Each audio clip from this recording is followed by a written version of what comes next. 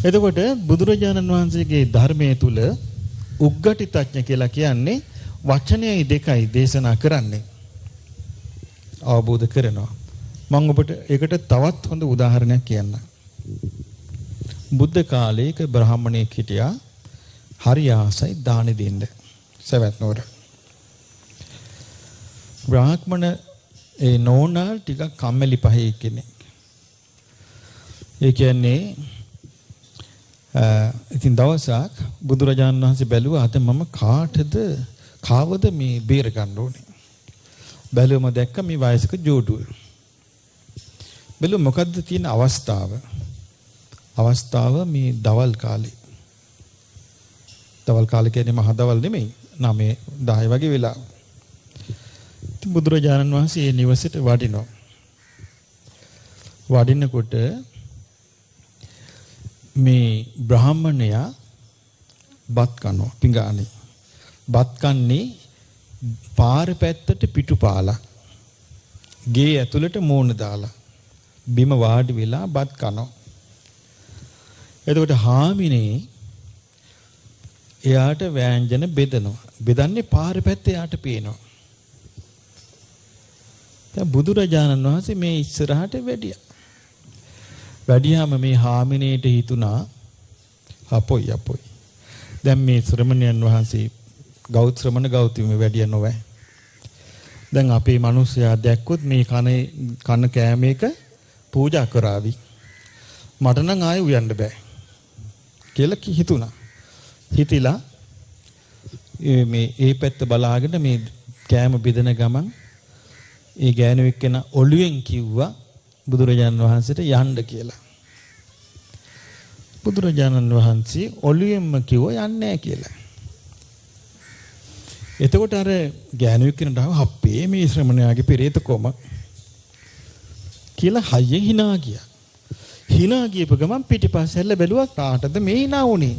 එතකොට අර බ්‍රාහ්මණ නැගිටලා අනේ අපේ ශ්‍රමණ ගෞතමයන් වහන්සේ නොවේ. මේ අපේ රාජපුත්‍රයන් වහන්සේ නොවේ කියලා කිව්වා. අනේ ස්වාමීනි මම මේ භාගයක් වළඳලා ඉවරලා මේ මගේ භාගයක් තියෙන්නේ මේ පිඟානේ. මේ භාගේ මම බෙදුවාට කමක් නැද්ද කියලා ඇහුවා. කමක් නැහැ කිව්වා. ඉතින් ඊතුරු භාගේ අර බුදුරජාණන් වහන්සේගේ පාත්‍රයට බෙදුවා. බෙදලා ඉතින් ආයෙකට අඬ ගහගත්ත බුදුරජාණන් වහන්සේව වඩම්මා ගත්තා. තුන්වහන්සේ බැලඳුවා. දැන් උන්වහන්සේට බැරිද බඩ පුරව ගන්න නම් ඕනේ තව ගේකට ගිහිල්ලා මොන හරි ඉල්ල ගන්න.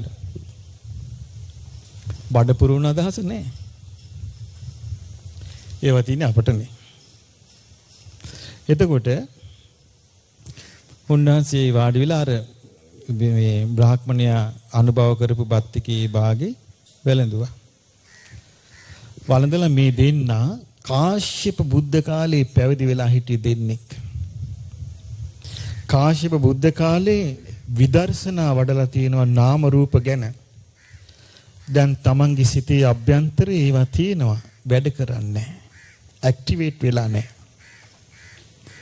වැඩ කරන තැන ලස්සන්ට ක්‍රියාත්මක කරන්න උවමනා වචනේ දාන්න භාග්‍යතුන් වහන්සේ දන්නවා. ඒ හැකියාව මේ ලෝකේ වෙන කිසිම සත්වයකට නැහැ. එදා බුදුරජාණන් වහන්සේ වළඳලා ඉවර වෙලා අර බ්‍රාහ්මණ ජෝඩුව වාඩි වුණා. බුදුරජාණන් වහන්සේ ධම්මපදයේ තියෙනවා පද 4යි. ගාථාවක් දේශනා කරනවා මේ නාම රූපය කෙරෙහි නොවැළී සිටියොත් යමෙක් ඔහු කාමයේ අත්හරිනු ඇත. අර්ථය ඔච්චරයි. කාමයේ අත්හැරියා. අනාගාමී වුණා. එතකොට අනාගාමී වෙන්න සත්‍තිස් බෝධිපාක්ෂික ධර්ම වැඩුණා. වර්තමානයේ අපි සතර සතිපට්ඨාන, සතර ඉද්ධිපාද, සතර සම්‍යක් ප්‍රදාන වීරිය, පංච ඉන්ද්‍රිය, පංච බල, සප්ත බොජ්ජංග ආර්ය අෂ්ට මාර්ගිකී පාඩම් කර කර ඉන්න වෙන ලෝකයක් කල්පනා කර කර.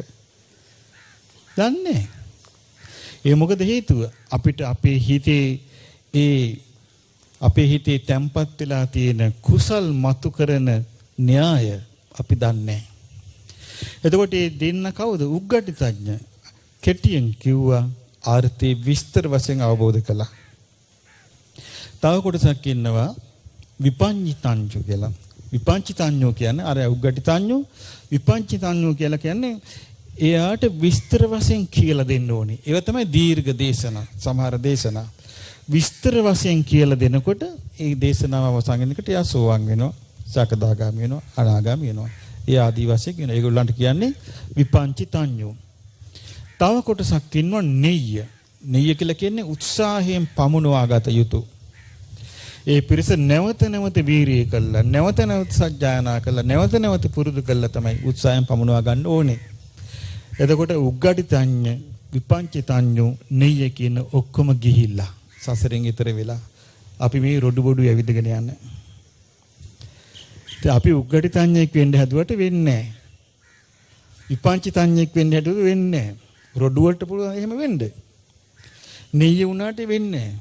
ඉතින් අපේ ප්‍රමාණය අපි දැනගන්න ඕනේ මේකෙදි. මොකක්ද ඒකට කරන්න තියෙන්නේ? හිතෙන් අහිංසක වෙන්න. හිතෙන් අහිංසක වෙලා අපේ ප්‍රමාණය අපි දැනගෙන බොහොම අසරණ අහිංසක සිතින් නිහතමානීව හිස නම ධර්මයට ගරු කළා ලද පමණින් ධර්මයේ ගන්න දක්ෂ වෙන්න ඕනේ.